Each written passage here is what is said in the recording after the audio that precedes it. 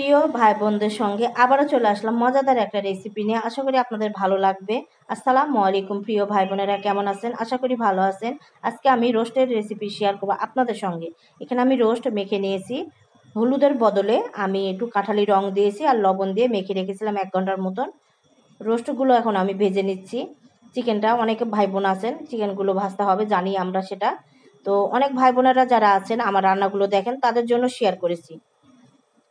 তো শুরু থেকে শেষ পর্যন্ত রান্নাগুলো দেখবেন। আর ভালো লাগলে লাইক কমেন্ট শেয়ার করে পেজটাকে ফলো দিয়ে অন্যদেরকে দেখার সুযোগ করে দিবেন প্রিয় ভাই বোনেরা। আমি রেসিপিটা রান্না করছি, এই রোস্টের রেসিপি। তো এখানে শুকনো কিছু মশলা দিলাম আর পেঁয়াজ কাটা দিয়েছি, বাটাও দিব, দেখিয়ে দিব, বলে দিব।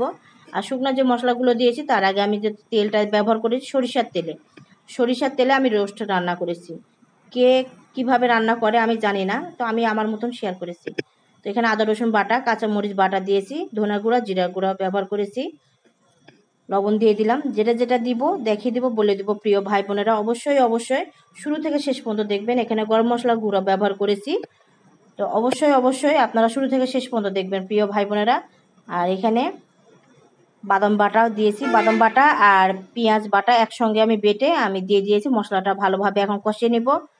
ভালো লাগলে লাইক কমেন্ট শেয়ার করে পেজটাকে ফলো দিয়ে আপনারা দেখবেন, অন্যদেরকে দেখার সুযোগ করে দিবেন প্রিয় ভাই বোনদেরকে বলছি। অবশ্যই অবশ্যই আমার পাশে থাকবেন। মশলাটা কষানো হয়ে গেছে, এখন আমি রোস্ট ভেজে রেখেছিলাম এটা দিয়ে দিব, দিয়ে ভালোভাবে কষিয়ে নিব। আর পেঁয়াজ বেরেস্তা আমি ভেজে রেখেছিলাম আলাদাভাবে, আমি এখন এটা দিয়ে দিব, আপনাদেরকে দেখিয়ে দেবো সুবিধার জন্য। আর ইউটিউবের ভাই বোনেরা আমার চ্যানেলটিকে সাবস্ক্রাইব করে আমার পাশে একটু থাকবেন। এখানে আমি পেঁয়াজ বেরেস্তা দিয়েছি, দিয়ে ঢেকে দিয়েছিলাম।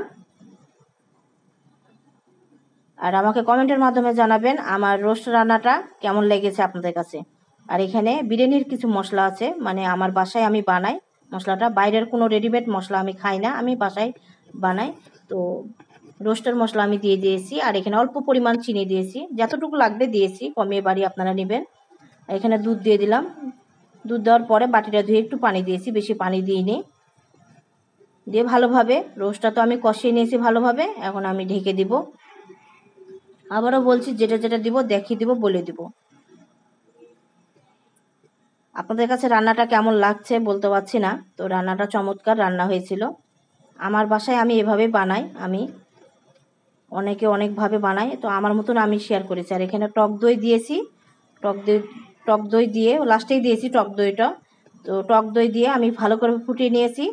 আর এখানে অল্প পরিমাণ ঘি দিলে হবে না, একটু বেশিই লাগবে ঘিটা, একটু ঘিটা বেশি দিবেন।